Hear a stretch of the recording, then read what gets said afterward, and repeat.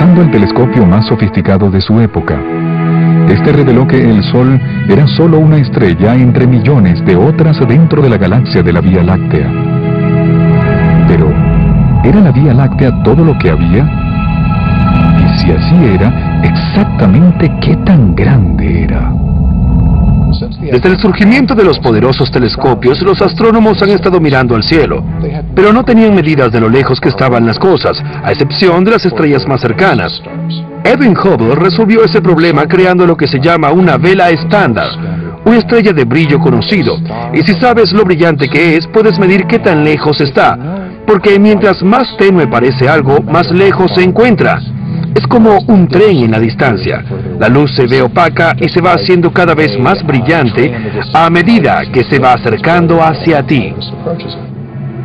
Hubble encontró una de estas estrellas estándar en un remolino en espiral de estrellas llamado la nebulosa de Andrómeda. La gente pensaba que Andrómeda solo era una espiral de polvo de estrellas dentro de la Vía Láctea. Entonces Hubble calculó la distancia y luego se dio cuenta de que la galaxia estaba a 1 millón de años de distancia. Este fue un momento de ¡Eureka! Él tuvo esta epifanía. Se dio cuenta de que la galaxia de Andrómeda era solo un universo insular, como la Vía Láctea.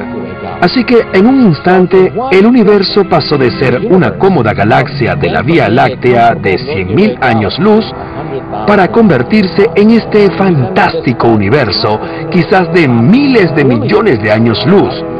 Y esto sucedió solo en una noche. Esto solo habría asegurado la inmortalidad de Hubble. Él, de un plumazo, hizo pasar el universo de ser un pintoresco pueblito de una galaxia a una metrópolis con potencialmente 1.000 millones de galaxias, pero Hubble fue todavía más allá. Él también midió el comportamiento de esas galaxias y en 1929 llegó a la conclusión de que la mayoría de las galaxias se estaban alejando de nosotros. No solo muchas de ellas, sino que verdaderamente se estaban alejando de la Vía Láctea y en realidad unas de otras. En otras palabras, el universo se está expandiendo, agrandándose a cada segundo. Y si retrocedemos en el tiempo, el universo debió haber sido más pequeño. Basándose en la velocidad de expansión que midió, Hubble pudo calcular la edad del universo. En realidad, Hubble llegó a una conclusión de un estimado utilizando esos datos y dijo que el universo tenía aproximadamente 1.000 millones de años de edad, pero la Tierra era mucho más antigua. Hubble estaba en el camino correcto. Su fórmula para determinar la edad del universo era la correcta, pero sus medidas no eran acertadas. Y esta discrepancia les dio a algunos científicos el espacio para disentir de la teoría de Lemaitre. Pero otras razones menos científicas también podrían haber contribuido a que el superátomo de Lemaitre fuera execrado de la comunidad de física en la primera mitad del siglo XX. Creo que hubo un poco de resistencia de tener a alguien en el campo científico y en el campo religioso, pero ¿eso hizo difícil para algunos científicos adoptarlo de la misma manera como quizás hubieran aceptado a alguien que no estuviera en su posición? Probablemente. La propuesta de Lemaitre pudo haberlo aislado de sus compañeros científicos, pero atrajo al Papa Pío XII, quien interpretó la teoría como una prueba de facto de la historia bíblica del Génesis. Le escribió al Papa y pidió que dejara de decir eso, que la suya era una predicción que se podía medir, que muchas predicciones se podían probar, pero que sus creencias eran independientes de esas predicciones. La teoría de Lemaitre podía medirse, pero ¿qué había de probarse?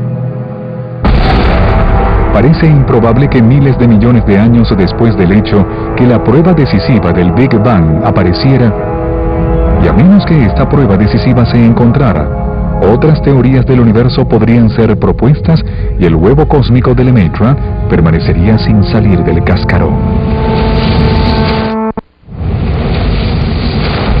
Para mediados del siglo XX, parecía que la teoría del átomo original, con el universo expandiéndose violentamente hacia afuera a partir de una partícula infinitamente pequeña, nunca tendría amplia aceptación. Pero el estimado incorrecto de Hubble para la edad del universo le permitió a una teoría de la competencia emerger de los muros del Trinity College en Cambridge. Allí había una alternativa probable para la teoría del Big Bang, llamada la teoría del estado estacionario. Esto permitía al universo existir por toda la eternidad. La teoría del estado estacionario defendía el concepto de universo estático, que era rechazada por el concepto de átomo original. Propuesta por el astrónomo Fred Hoyle, se basaba en una teoría del origen de los elementos como carbono, nitrógeno y más de 100 otros elementos de la tabla periódica. Bajo temperaturas extremas, el hidrógeno se fusiona para formar helio. Y el helio se fusiona en elementos completamente diferentes y más pesados. Fred Hoyle creía que la nucleosíntesis, la creación de nuevos elementos, tenía lugar en los núcleos de estrellas muy calientes. Ese fue un logro absolutamente asombroso en ese momento. El logro de Hoyle fue enseñarnos que después del helio, todo en la tabla periódica es polvo de estrellas. Es en las estrellas donde se formaron estas materias.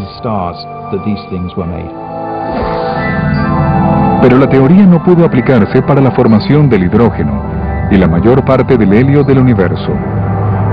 Porque, para empezar, las primeras estrellas deben haberse formado del hidrógeno ya existente. Este hidrógeno existente constituye más del 74% del universo detectable. Hoyle desestimó este problema adoptando una creencia ampliamente sostenida de que el hidrógeno y el helio siempre habían existido. De hecho, de acuerdo con Hoyle, todo el universo había existido siempre. No había principio, ni final, solo un estado estacionario. En resumen, un universo en estado estacionario es un universo que siempre ha estado allí, siempre ha tenido ese mismo aspecto, siempre ha tenido la misma densidad promedio y la misma temperatura. Había solo un pequeño problema, y era que la gente sabía que el universo se estaba expandiendo. Cuando la distribución de la materia se expande, se diluye. Ahora, si el universo era muy viejo, tendría que estar infinitamente diluido. Hoyle arregló esta falla asumiendo que en algún lugar la materia siempre había estado siendo creada en el universo. Pero la creación total de la materia fue una píldora difícil de tragar para los físicos, y Hoyle tuvo una especie de némesis en el físico ruso George Gamow, admirador del átomo original de Lemaitre. Gamow siempre estaba presente en estas discusiones y siempre sacaba a colación preguntas desleales para que Hoyle las considerara. Preguntas que el estado estacionario podía soportar con dificultad. Gamow recurrió a los átomos al igual que Hoyle para apoyar su teoría contendora. Gamow sugirió que el hidrógeno, el helio y otros elementos fueron creados en los primeros encendidos minutos del universo en una gran explosión. Cuando las temperaturas eran miles de grados más calientes de lo que son en el núcleo de cualquier estrella. Pero Gamow era mejor con su creatividad de lo que era con las matemáticas. Y tuvo que recurrir a este estudiante de pregrado suyo, extraordinariamente talentoso, Ralph Alpher. Y fue en realidad Alpher quien pudo seguir adelante con esta idea y llegar a una conclusión, que si de hecho el universo había sintetizado los primeros elementos, aproximadamente tenía que haber 10 veces más hidrógeno que helio, y esto encajaba con las observaciones. Fantástico momento.